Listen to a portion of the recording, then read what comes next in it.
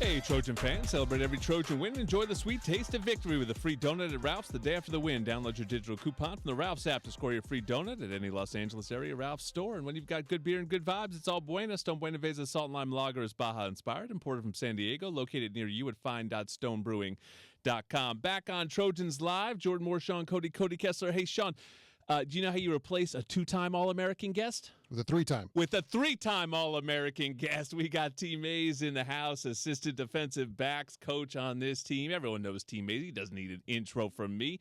Good to have you, though.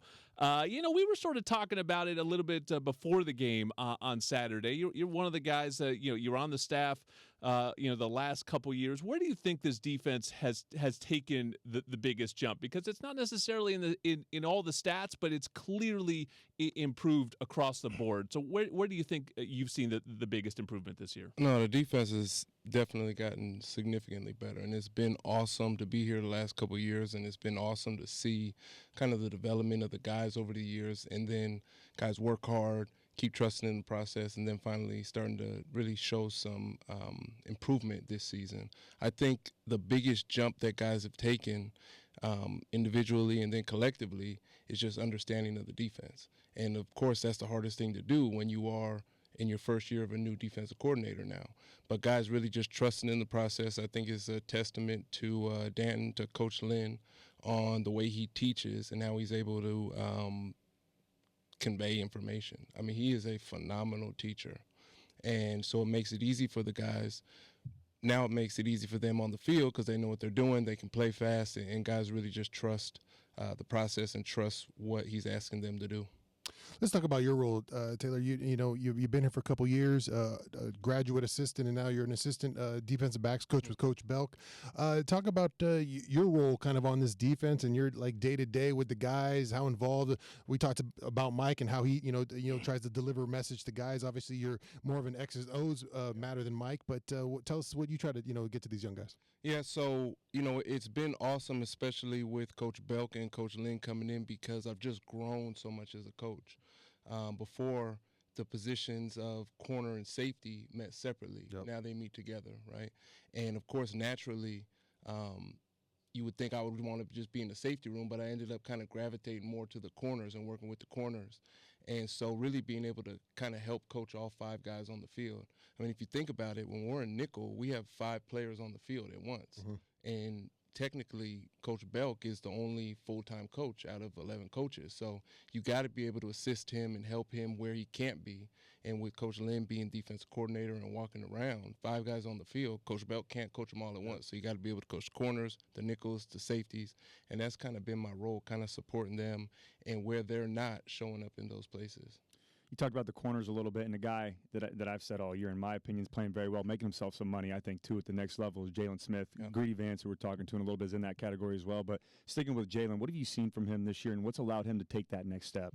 So Jaylen's a star. He's a star in the making. I think for J-Rock especially, I've been here his whole career. Yeah. From when he came in as a freshman. I think it's twofold, because it's him on the field and it's him also off the field. He's grown up, which every player naturally does as they get older, but he's grown up, he's matured, he's seen what he needs to do in order to be successful on and off the football field. And what's happened is his athletic talent has been able to take over. He's been consistent, he's been dedicated, he's sacrificed, and you're starting to see the benefit of all the hard work and everything that he's done over these last couple of years. It's showing up right now. He's a heck of a player. You're listening to Taylor Mays on Trojans Live. And listen, as the sport develops, the rules always sort of change and get modified. And, when it comes to you, we always, make lots of jokes. Some of the hits you have, you would have spent a lot of time suspended if you were doing that now. But the thing I've noticed this year is how physical they allow DBs in this league to be on the routes, and we've sort of complained about it and felt like we got the wrong end of it on the offensive side a lot during the early part of this Big Ten season. Have you guys on the defensive side started to acknowledge it and almost coach these guys up and say, hey, this league's going to let you get a little bit more physical, use that? How have you guys sort of adjusted to this new league? The hard part about that is you're putting the results in the hands of the refs, right? Yeah. And so you want to coach technique, and sometimes you have good technique and they just make a bad call. and you kind of got to push through it. So we just coach our guys to have great technique all the time. That's the part you have control over, the consistent technique of how you play the position, right? And then kind of however it falls with the refs, because generally speaking, it might be more handsy in the Big Ten, but maybe it's not a true Big Ten ref that's making that call that game. So we try not to rely on that too much.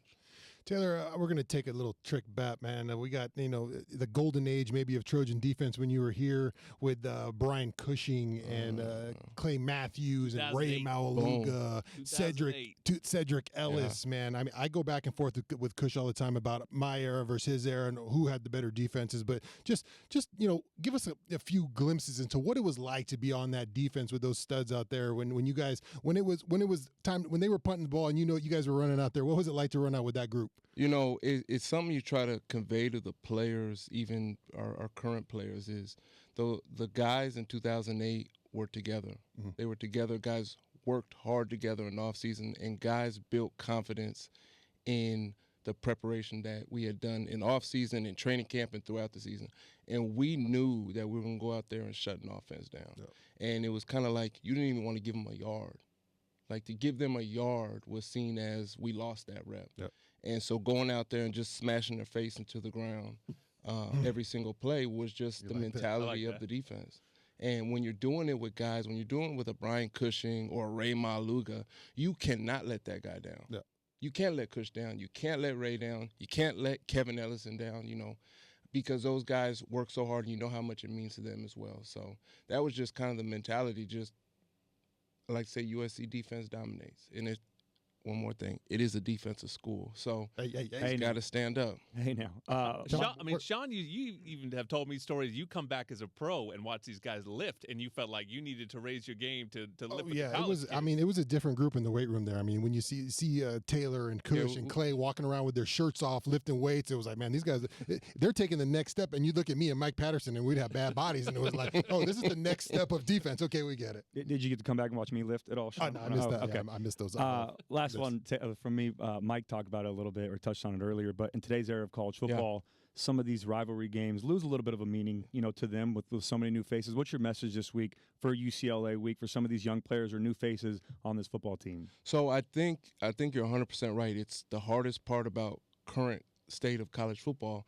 The rivalries and the traditions kind of seem to get put in the background a little bit, and you got to fight to put those things at the forefront, because that's what makes college football so special.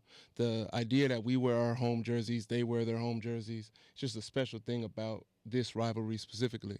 I think for the players going into the game that they're going to feel kind of an atmosphere or some energy, because it does have a different feel being at the Coliseum or the Rose Bowl playing UCLA. I think for our guys, they kind of just have to be in the moment. Of course, you're going to tell them, trust your training, trust the process, trust the preparation that you put into it. But you do want to live in the moment and this is one of the reasons that you come to a USC, to play in an awesome rivalry game like this. I'm not even from Los Angeles, and the rivalry means everything to me because while I might not be from LA, I know some of my teammates were from LA and they grew up with some of these guys at UCLA. And you see how in the offseason the USC-UCLA thing goes back and forth and the bragging rights from it. So even not being from LA, it still means the world to you, and you want to be in the moment and really take it all in. But then you also want to go out there and slam their face in the ground.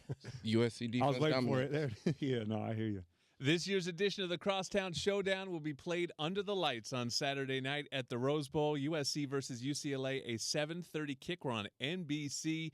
Trojan Tailgate show will go on at 5:30 across the USC Trojans Media Network. Cody mentioned him earlier. Grady Vance Jr. is next. Our Nickel Corner on Trojans Live.